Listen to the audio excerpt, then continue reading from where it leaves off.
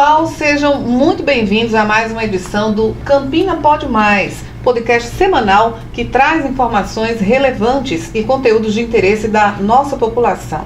Eu sou Jaqueline Felipe, estou no comando desse episódio. Quero convidar você para acompanhar a nossa conversa. E olha, o convidado de hoje é o secretário de Obras, Joab Machado. Vamos conversar sobre as obras em andamento, as que são estruturantes para o município e que eram aguardadas há muito tempo. Seja bem-vindo ao Campina Pode Mais, secretário. É um prazer recebê-lo. Jaqueline, eu que agradeço o convite. Um prazer estar aqui. Eu, particularmente, estreando aqui no Campina Pode Mais. Então, feliz pelo convite e feliz em poder falar para muita gente que vai nos assistir. Muito bem, vamos começar por grandes frentes de trabalho, né? Mais precisamente, secretário, por uma obra que vai gerar um ganho de mobilidade urbana e qualidade de vida aqui no nosso município, que é a obra do canal de Bodocongó. Em que fase a obra se encontra e que tipo de mudança pode ser esperada após a conclusão?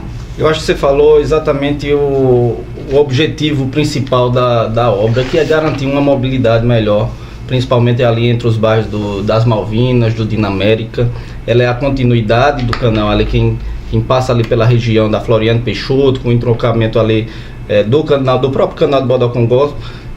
Ainda faltava essa conexão com esse setor que está mais ali para o oeste, para o setor oeste, junto com a Avenida Francisco Lopes de Almeida, que é outro projeto do município, também ali com o Almirante Barroso. É uma conexão importante, que a gente vai conectar essas duas grandes avenidas, Floriano Peixoto com a Avenida Francisco Lopes, um trecho agora que está sendo uma obra tocada de forma acelerada. A gente está para entregar agora já no mês de março, prevendo o primeiro semestre de 2026. A gente tem um ritmo de chuvas bem variável aí, que nesse tipo de obra dá uma mudada no cronograma, mas a perspectiva é que nesse primeiro semestre de 2026 a gente já faça essa entrega.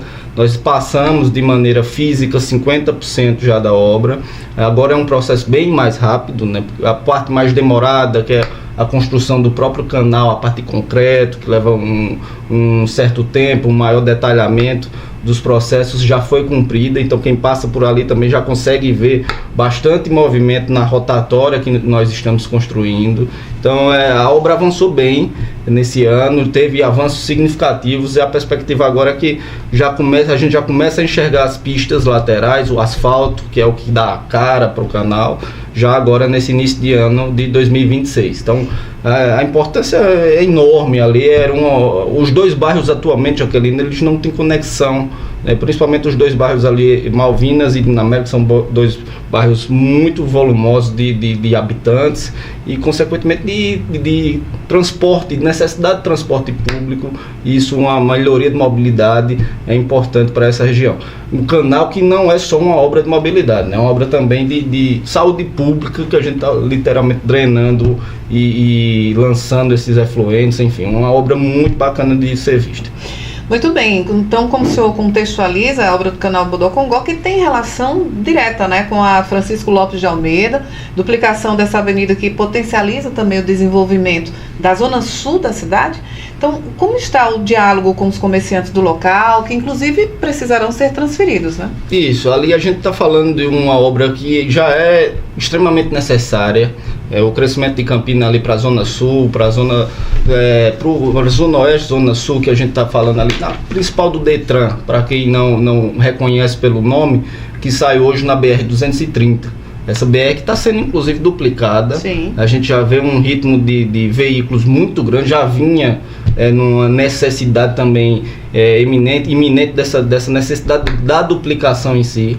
Então, você pode imaginar que juntando o tráfego de veículos e pessoas que vai andar pelo canal do Bodocongó, que já anda hoje, mas agora com a conexão com o Almirante Barroso, com a Avenida Francisco Lopes, tende a se intensificar. Isso é calculado, é projetado.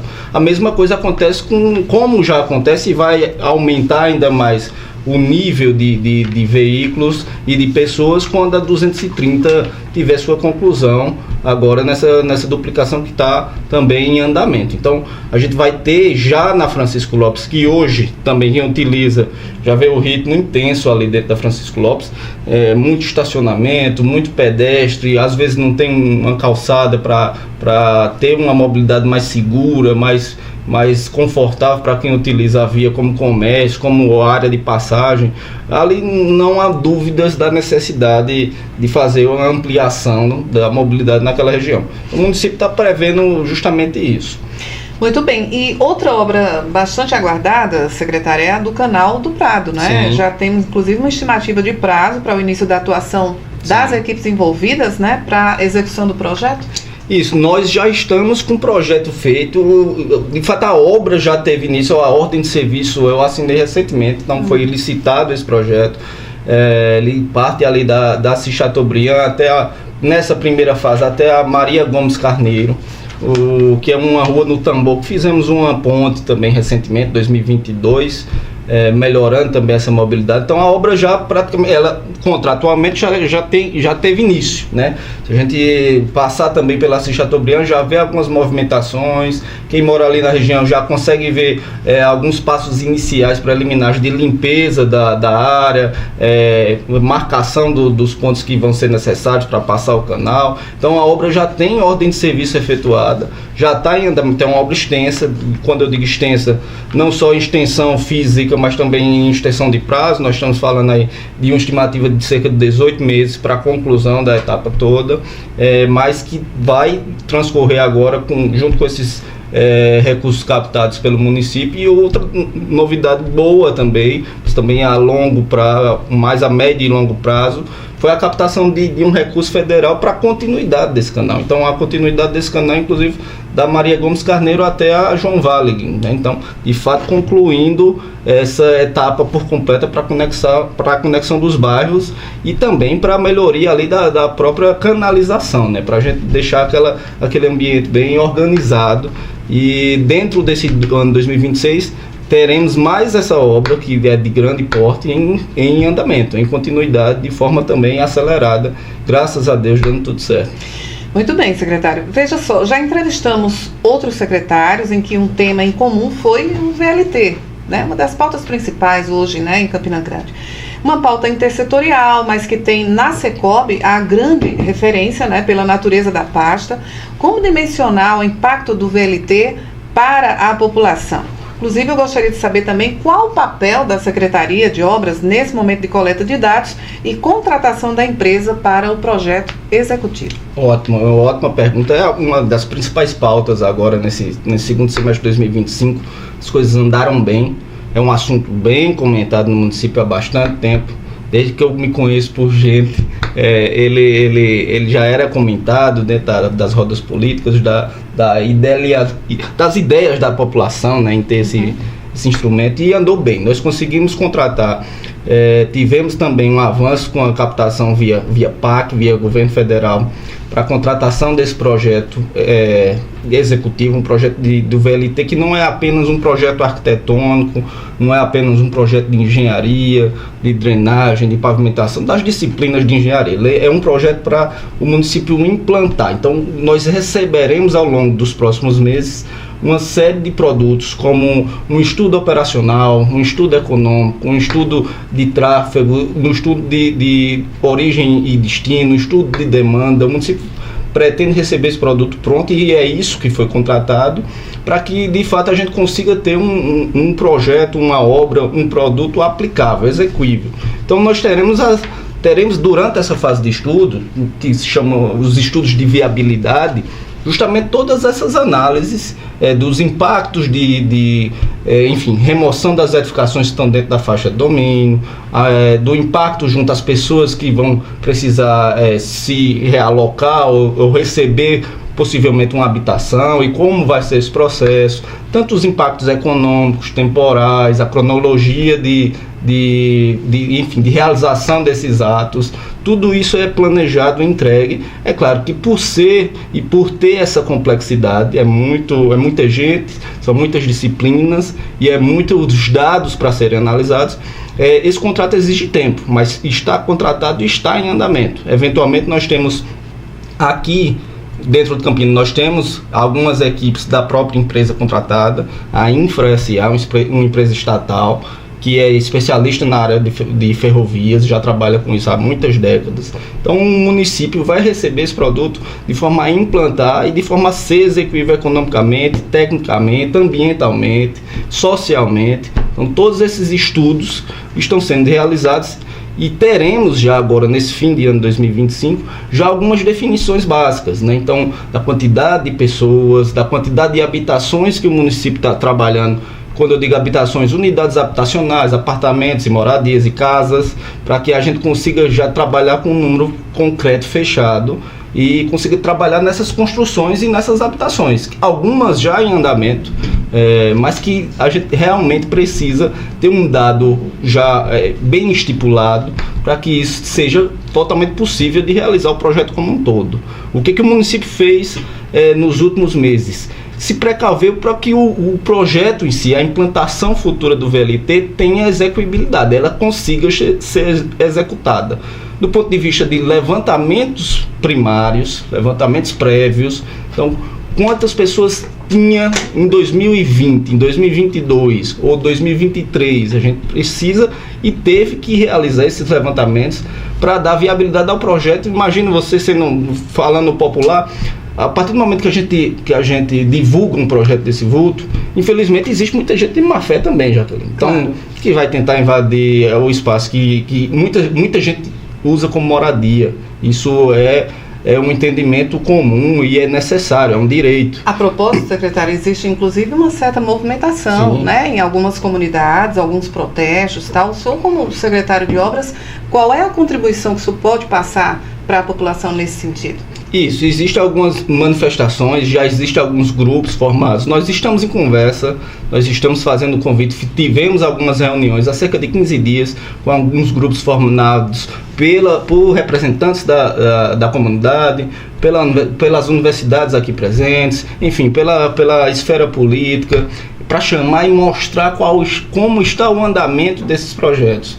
E como a gente não pode agora, nesse momento, precisar um dado, um número, uma certeza, diante de um estudo que exige um levantamento que está no início, né? E um desenvolvimento desses dados, uma triagem, uma filtração, a viabilidade das construções, a viabilidade econômica e documental dessas habitações que pretendem ser fornecidas para essas pessoas, de forma que a gente consiga agora confirmar, bater o martelo agora em novembro de 2025. Esse dado vai ser bem breve, mas a gente precisa de fato esperar o produto que foi contratado, que foi justamente esse estudo de viabilidade técnica, econômica, ambiental. É um termo bem conhecido na área de implantação, de engenharia, de projetos de grande porte, e é necessário para que a gente tenha esse dimensionamento, essa quantificação dos impactos, enfim, nas diversas esferas. E é isso que o município está fazendo.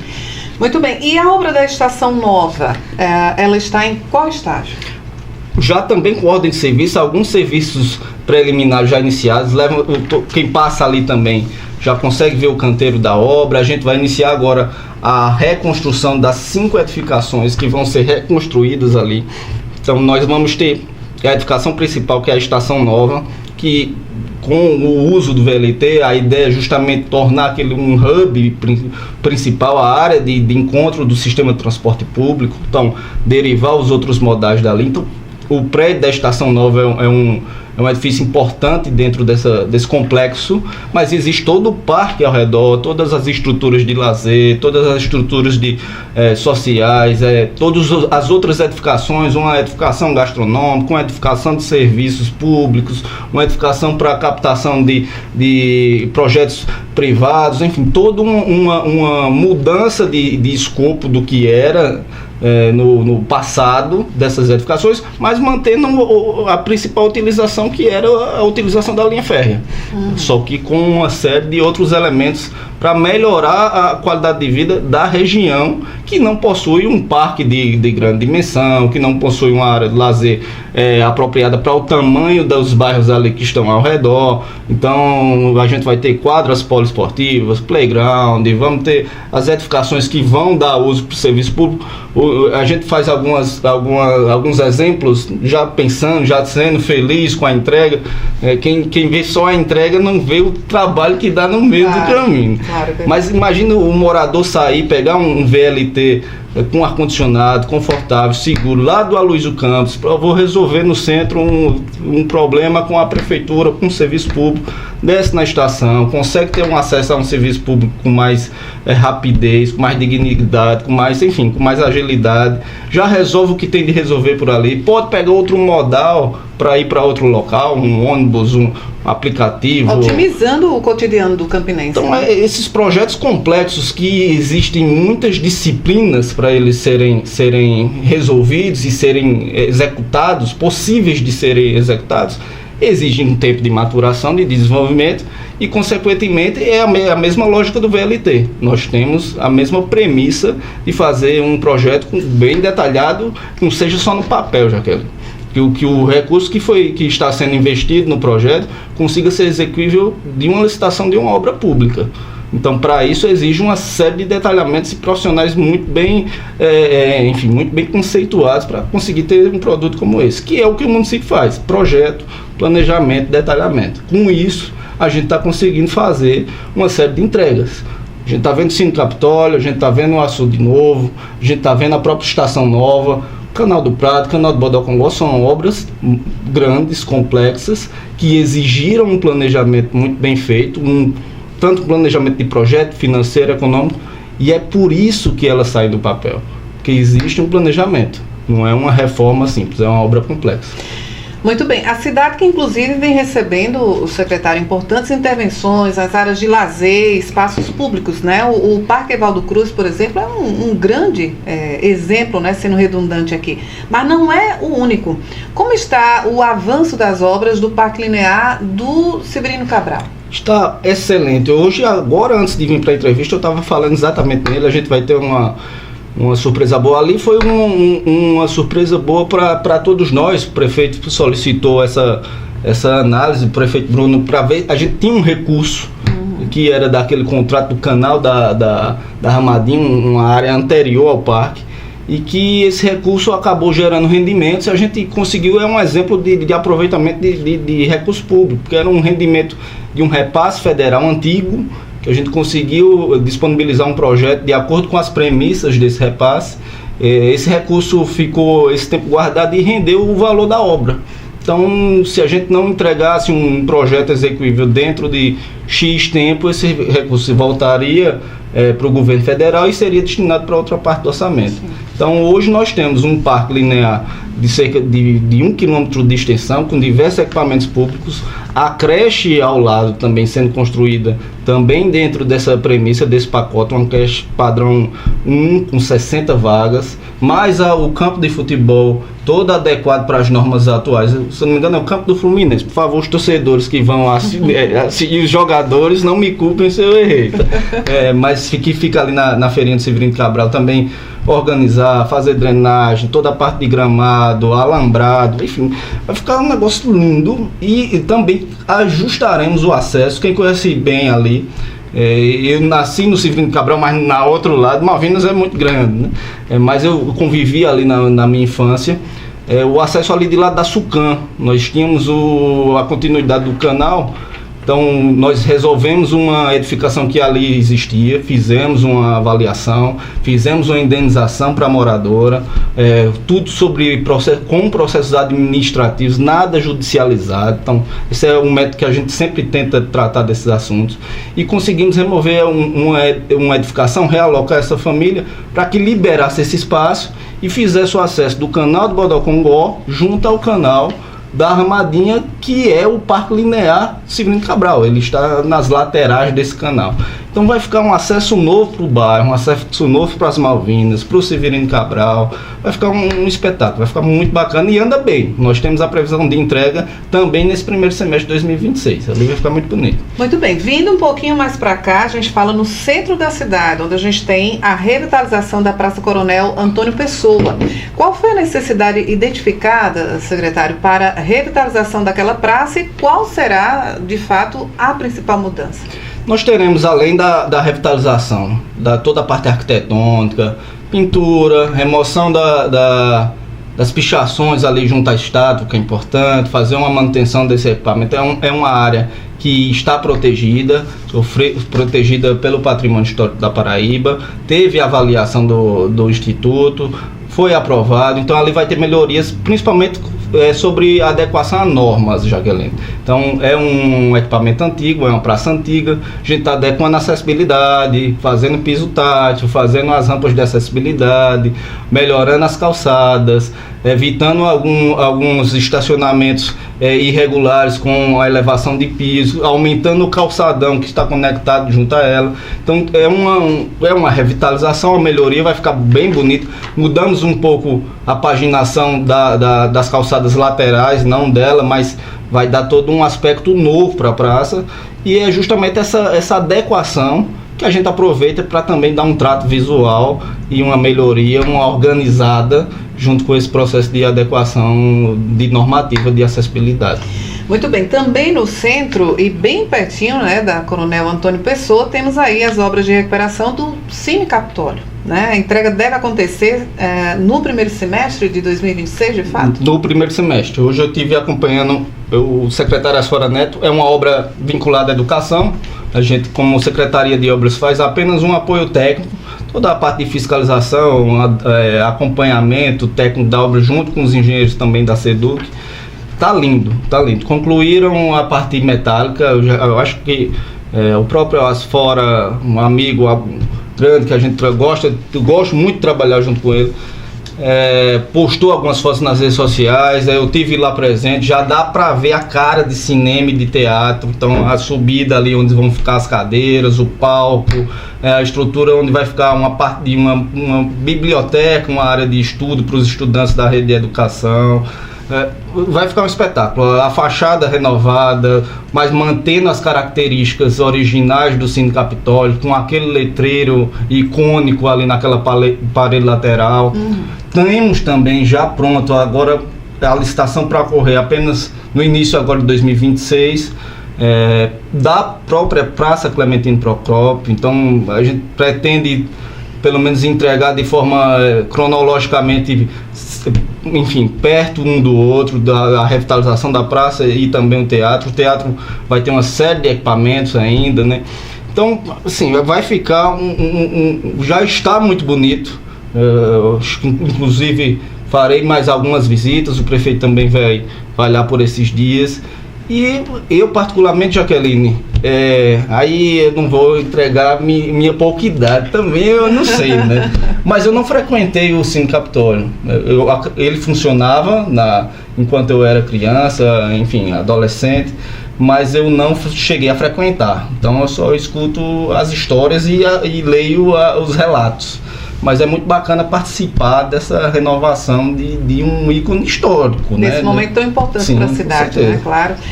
Vamos falar de um outro equipamento muito importante também, que é a Feira Central, projeto que inclusive já foi anunciado. O que a gente pode informar à população, o secretário, sobre os próximos passos da intervenção? Ótimo, são 4 etapas dentro da Feira Central. Nós temos 4 etapas de construções. Dia 19 de novembro, vamos ter a primeira licitação referente às obras, que são os armazéns da feira. Está previsto como primeira obra dentro do espaço. Os armazéns da feira ficam ali de lado do pavilhão principal, ali onde fica a feira de carnes, aqueles restaurantes, de frente ao antigo Eldorado. Então é uma área de cerca de 1 hectare, uma área extensa, que vai ser construída uma série de edificações, de pátios, de áreas para comércio.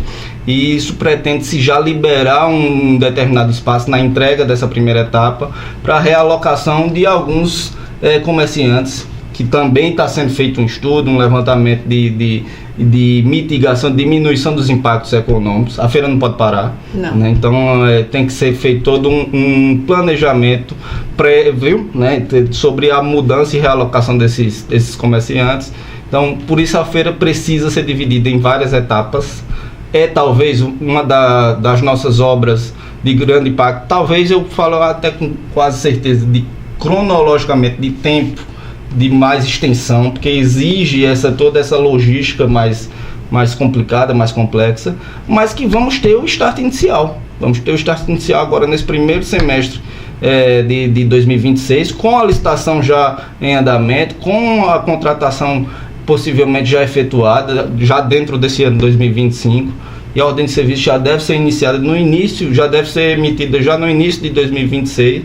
Então, realmente, vamos ver uma obra iniciando na área da Feira Central no primeiro semestre de 2026. Isso é impactante porque isso, de fato, liga a locomotiva, né? É uma obra que vai ter várias fases, mas a primeira já começou. Então, exige que os participantes, os integrantes desse grande projeto, deem continuidade para ele, né? Pois é, uma outra iniciativa, outro ponto importante, na verdade, aí diz questão à segurança, né? Porque a gente sabe que uma cidade iluminada, né? Quanto mais iluminada, mais segura. Justamente a modernização da iluminação pública em Campina Grande, que segue em ritmo acelerado. Quantos pontos de LED já foram implantados, secretário, em 2025, e como tem sido a expansão para implantar pontos de LED em toda a cidade? Olha, no último levantamento, Jaqueline, nós temos cerca hoje, do último dado que eu tive vendo, cerca de 55 mil pontos de iluminação pública, né, nos diferentes tipos. Nós já tínhamos implantado, eficientizado, né, toda a parte de implantação de LEDs e de lâmpadas mais econômicas, que consequentemente são lâmpadas mais que tem uma claridade melhor. Todo mundo quer sua rua, seu espaço ali com uma lâmpada LED, aquela branquinha que clareia muito mais do que bonito, né? Fica bem mais bonito. A gente entende também a ansiedade das pessoas em já ter seu espaço ali eficientizado com implantação de LED. Hoje são cerca de 30 mil implantadas, estava em cerca de 55% a 60%.